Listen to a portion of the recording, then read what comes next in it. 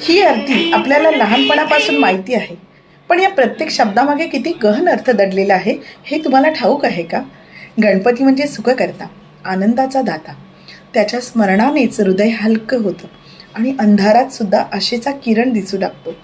तोच दुःख हरता, जो संकट दूर करतो, ज्याच्या दर्शनाने अडथळे विरघळून जातात, जणू काही सूर्य उगवल्यावर धुकं विरघळतं तसं. गणपतीचा प्रत्येक अवयवही आपल्याला शिकवण देतो. त्याची वाकडी सोंड लवचिकतेचं प्रतीक, जी शिकवण देते की जीवनात वळणं आली तरी वाकून पुढे जायचं.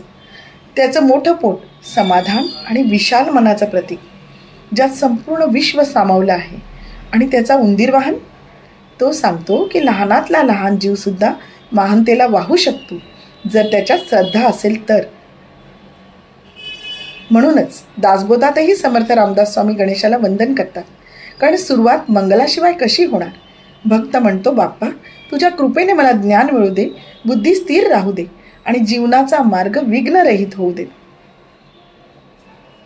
गणपती म्हणजे फक्त देव नाही, तर तो प्रत्येक सुरुवातीचा साथीदार आहे. म्हणूनच प्रत्येक घरात, प्रत्येक मनात तोच गजर घुमतो, गणपती बाप्पा मोरया, मंगलमूर्ती मोरया.